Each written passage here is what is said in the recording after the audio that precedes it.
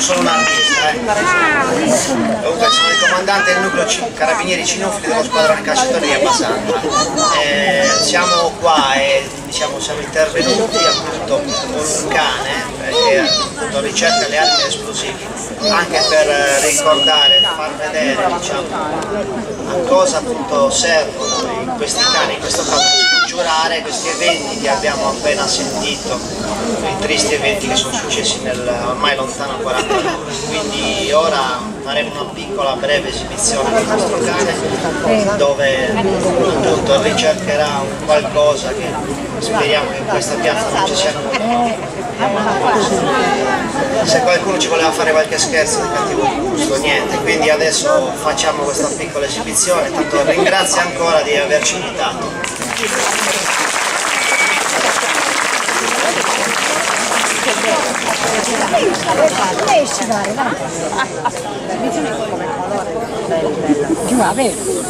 Lì si va. No, questa gruppo abbassa, questa che un'altra razza.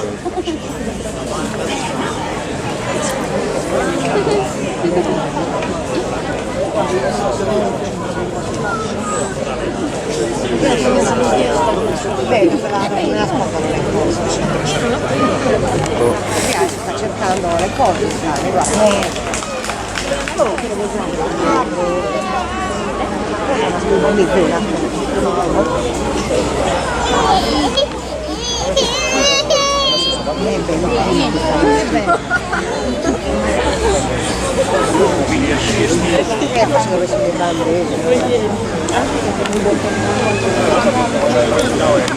Però vedi che sta la guarda che sta la formare, guarda cosa sta facendo il cane. Sta facendo tutti scende, si acciocca qualcosa. Quindi osservate sempre il suo comportamento. Allora, guardate il cane. In questo momento il cane si è seduto, sedendoci ci sta segnalando che lì c'è del materiale esplosivo, comunque delle pistole eccetera. Adesso il conduttore lo sta premiando, adesso voi dite ma perché lo sta premiando?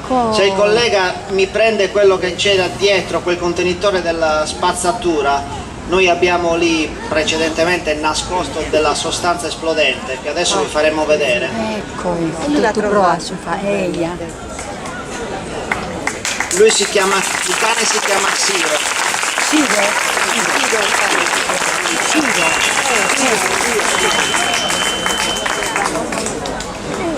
Allora, noi adesso ovviamente non potevamo portare una bomba Mamma mia. e quindi abbiamo portato, sono delle pistole con dei proiettili, quindi questi cani qua sono appunto abilitati e sensibilizzati a riconoscere, a ricercare anche queste materie esplodenti, sia proiettili, tutti i tipi di esplosivi. E niente, quindi questi qui ci servono soprattutto quando andiamo a fare delle bonifiche, spesso arrivano delle personalità e quindi dobbiamo bonificare, ossia rendere la zona diciamo pulita. Quindi quando agiremo saremo sempre diciamo, accompagnati da un artificiere che se ci sarà pericolo o possibilità di disinnescare qualcosa intervenga. Il cane deve segnalare e poi subito dopo interviene l'artificiere che diciamo, mette in sicurezza la zona. Quindi questo è il lavoro che in questo momento ha fatto Xiro. Per lui non è un lavoro come possiamo pensare noi, ma è un gioco, quindi ha segnalato e trovato quanto avevamo nascosto, quindi ci ha reso sicuri per oggi e niente, lui sta giocando, si sta divertendo, tutto qua.